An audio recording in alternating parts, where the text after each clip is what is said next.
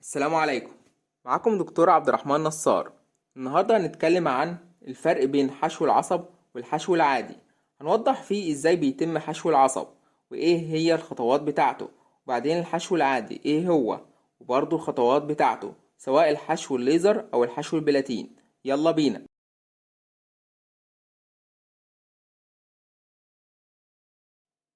اول حاجة هنشرح تكوين السنة او الضرس عشان نقدر نفرق بين حشو العصب والحشو العادي. بيتكون الضرس أو السنة من 3 طبقات، هنسميهم مثلا الطبقة الأولى ودي طبقة المينا، والطبقة رقم 2 وهي طبقة العاج، والطبقة رقم 3 أو التالتة وهي عصب السنة أو الضرس. وبكده هنقدر نوضح الفرق بينهم. حشو العصب والحشو العادي. أول حاجة تسوس الأسنان بيبدأ في الطبقة الأولى وهي طبقة المينا، واتكلمنا قبل كده عن تسوس الأسنان، هيظهر في الآي اللي فوق، أنصحكم إن انتم تشوفوه. بيبدأ التسوس زي نقط سودة صغيرة كده أو خط أسود في الضروس الخلفية، وطول ما التسوس في الطبقة دي احنا ما بنحسش بأي ألم، لأنها ما بيكونش فيها أي إحساس بالألم. فللأسف التسوس بيزيد ويبدأ نروح للمرحلة التانية، وهي وصول التسوس للطبقة رقم 2 وهي طبقة العاج. وهنا بقى المريض هيبدأ يحس بألم للأسف، وهيكون بسيط وهيكون ألم مع الأكل والحلويات. وأغلبنا بيجي لدكتور الأسنان بيبقى فيه ألم مع المسكر، والألم بيروح أول ما السبب يروح على طول. بيبقى أول لما نشيل الأكل المسكر بيروح الألم بمجرد زوال السبب، يعني ما بيفضلش مستمر الألم لفترة طويلة. هنا لو المريض راح لدكتور الأسنان عشان يشيل التسوس، هنا هيبقى الحشو حشو عادي، يعني ما وصلش لعصب السنة أو الضرس، يعني التسوس بين في الطبقة الأولى والطبقة التانية بس، وما وصلش لعصب السنة.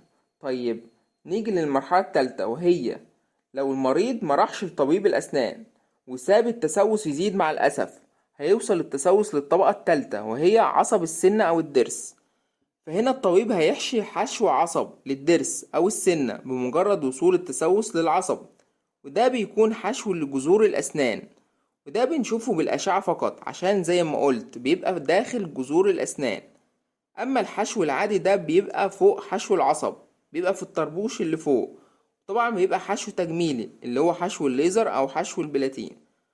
طيب احنا نفرق بينهم ازاي في الألم؟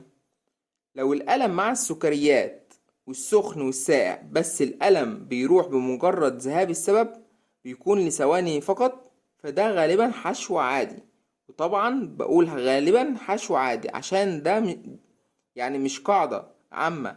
أحيانا دكتور الأسنان بيشيل التسوس بيلاقيه واصل للعصب، فساعتها بيحتاج حشو عصب وليس حشو عادي. ده بالنسبة لألم حشو العادي. طيب ألم حشو العصب بيبقى عامل ازاي؟ ده بيكون مستمر على طول، وبيبقى ألم شديد جدا مستمر سواء مع السخن أو الساقع أو لوحده من غير أي حاجة. وساعات بيعمل صداع شديد جدا وألم بيسمع في الأذن، فده بيبقى بنسبة 100% حشو عصب. وكمان ساعات بيصحيك من النوم، وبيجيلي العيان بيقولي يا دكتور أنا بقالي يومين بالظبط معرفتش أنام من كتر الوجع، فهو للأسف بيبقى ألم شديد جدا. طيب ايه هي خطوات حشو العصب والحشو العادي؟ حشو العصب بيتم في جذور الأسنان، وبيبقى فوقه حشو التجميلي في الضروس أو الأسنان. وساعات الطربوش الأسنان بيكون متآكل جدا من التسوس، فبيتم عمل دعامة وطربوش للضروس. عشان كده دايما أطباء الأسنان بينصحوا بعمل طربوش على الضرس بعد عمل حشو العصب، لأن بيكون الضروس أكثر عرضة إنه ينكسر في أي وقت. عشان كده أغلب المرضى بعد حشو العصب بيجي يقول إن الضرس اتكسر أو الحشو اتكسر يا دكتور، لأن جزء كبير من الضرس اتاكل من التسوس، ولازم عمل طربوش للضروس لحماية الضرس من الكسر. فانت لو مركبتش طربوش بعد الحشو العصب غالبا الضرس هيبدأ يتكسر للأسف.